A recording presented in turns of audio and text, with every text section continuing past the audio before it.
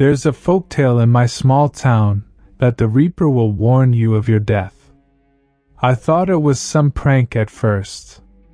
Someone rang the doorbell and I went to look through the peephole. A figure dressed in pitch-black robes stood outside my door. He must have been at least 6 feet tall. 2 days, he rasped in a demonic voice, the sound coming from all directions simultaneously. I covered my ears trying to drown the agonizing sounds out. And then he was gone. Both the sound and the figure. I didn't even know what to think. Was it a prank? Was someone messing with me? Gouging out if I really believed that stupid tale? Or was he really the Reaper himself? I wasn't sure if he had a scythe. Shouldn't the Reaper have a scythe? I let out a loud sigh, my heartbeat finally receding. It was just a prank, I told myself, and went on with my plans for the day. However, it was not just a prank, because he visited me again the following day. This time the figure stood in the doorway to my bedroom as I lay in bed in the morning. "A day," he rasped once more, the sound louder than the last time, almost deafening. I closed my eyes and put a pillow over my head. The sound stopped shortly after, just like last time, and the figure disappeared too.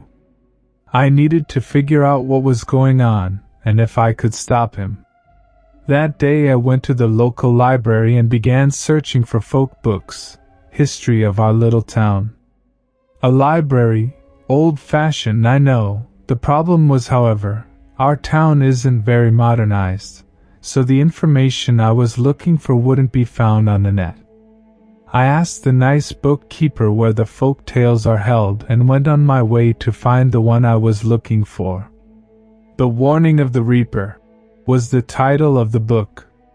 It told the story of a young woman being visited by a tall figure in black robes and a hood over its head, omitting any facial features from being seen.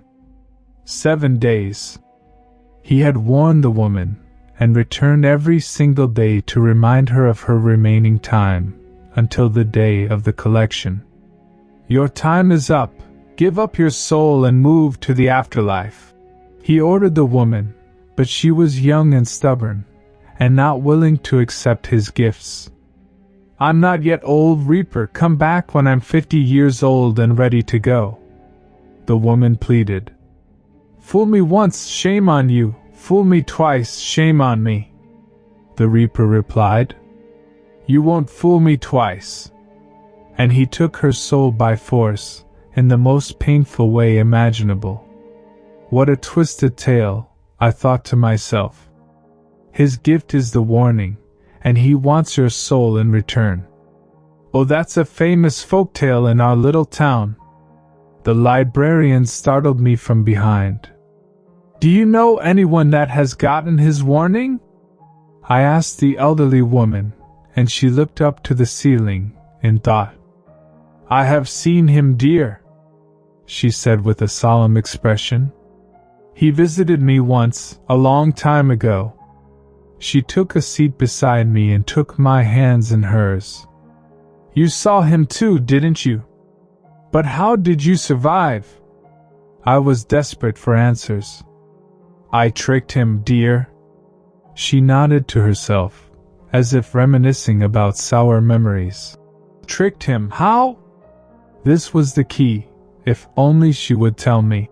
"I'm afraid that won't help you, dear. He realized he'd been tricked, and he won't let the same trick work twice." She stood, releasing my hands from hers. "That's all I can tell you. Find your own trick to pull so he doesn't harvest your soul." She turned and started walking away, but I could swear I saw her grinning as she did. A sigh escaped my lips as I stood up and put the book away. Well, if I was going to die, at least I'll pop my cherry. I went straight home and attempted to seduce multiple men online, but as mentioned before, this little town is not technologically advanced, so I found no match. Next best bet was going to a bar. It was already late, and the Reaper always visited me at 8 a.m., meaning I had a little under 10 hours. "Well, aren't you a pretty thing?" a bulky short man said from behind me, and I gave him a smile. He sat down beside me. "2 martinis, 1 for me, 1 for the pretty lady here." He definitely wasn't the most attractive, but he'll have to suffice. After filling him up until early morning, keeping myself as sober as possible, I offered him to come to my place, which he didn't decline. I had to basically carry him up the stairs as he was too drunk to walk himself. I unlocked my apartment and walked in, laying him down on the sofa. He was out cold. I gathered the necessary things and got down to work. First, I laid out the tarp so the mess would be easier to clean up. Then I rolled him over onto the tarp and plugged in my power saw. Yes, this fresh college dropout had some fancy tools. I was quite craftsy. As the saw roared to life, so did the man whose name I never got. "What are you doing?" he asked, groaning. I put the saw to his neck and it cut right in. The blood splattered all over the apartment. And on me. Hell, I needed to tarp up the whole fucking apartment. The mess upset me, but I had to continue. The man still tried to breathe and get away. He was gurgling up blood. I shushed him as the saw finished cutting off his head.